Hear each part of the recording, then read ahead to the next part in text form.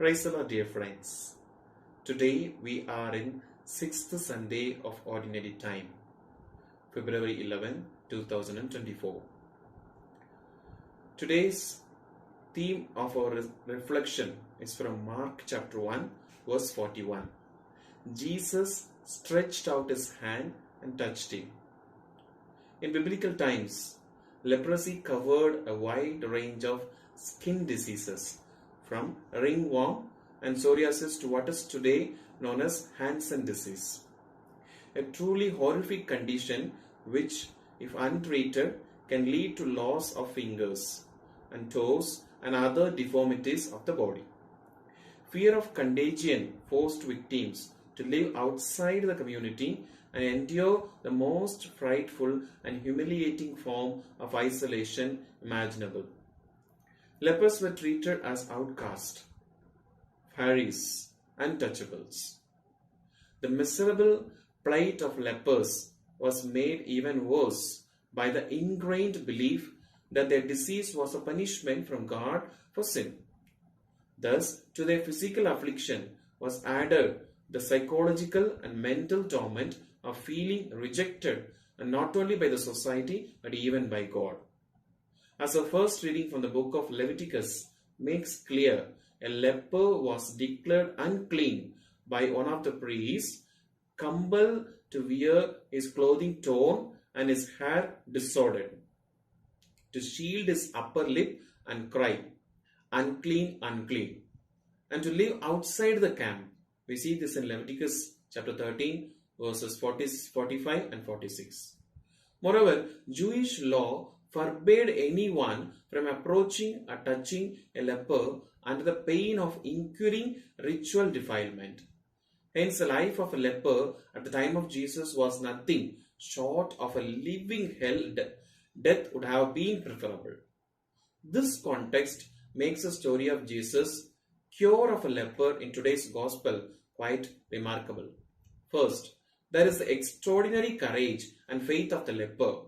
In spite of the frightful stigma he had to endure, he still has the courage to approach Jesus, trusting that he will accept and cure him. To come close to Jesus, he had to risk the anger of the people around Jesus and the likelihood of being chased away with stones. With an exemplary combination of faith and humility, he goes down on his knees before Jesus and pleads with him in words that must have wrung the very heart of Jesus. We see in Mark chapter 1, verse 40, "If you want to, you can cure me." Brothers and sisters, even more extraordinary is the response of Jesus, especially the manner in which he cures the leper. Moved with compassion for the leper, he says, "Of course, I want to be cured." We see in Mark chapter 1, verse 41. And with a gesture not only forbidden by the Mosaic law, but profoundly counterculture, he reaches out and touches the leper with his hand. This gesture, touching the untouchable, spoke more eloquently than any words could and brought spiritual as well as physical healing to the unfortunate man. It was a gesture of acceptance and empathy that restored the leper's humanity and sense of self-worth, as well as curing him physically. At once the leprosy left him and he was cured. We see this in Mark chapter 1, verse 42. And despite Jesus' warning, brothers and sisters, the healed leper cannot keep the good news of his cure to himself. He must speak of it to everyone he meets, with the unfortunate consequence that Jesus has to leave town and go to a place where nobody lived. We see in today's gospel, it reminds us that touch is one of our most fundamental human needs. To be touched and to be able to touch is at the very core of what it means to be human.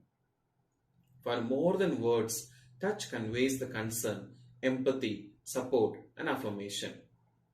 My brothers and sisters, as disciples of Jesus, we are called, like St. Paul, to model our lives on Christ, to reach out to others with compassion and love, especially to those who are rejected and stigmatized in any way in our society. in our own communities, in our own parish. The love of God impels us to imitate the example of Jesus and bring his compassionate healing touch to the lepers of our time, the many isolated, despised, and broken men and women longing for acceptance and love. I will end with a reflection on the importance of touch from the pen of a priest. Many of us are afraid to touch other people. We give a few pennies to a beggar, but make sure there is no contact between us, not even eye contact. Jesus didn't stand off or keep his distance. He was not afraid to touch others. He touched lepers, sinners, sick, and all the people, even the dead. Physical contact is precisely what gives people, especially sick and wounded people, a sense of warmth and joy. By the very act of touching another person, we accept that person as he or she is. Lord, give us a warm heart and kind hands. God bless you.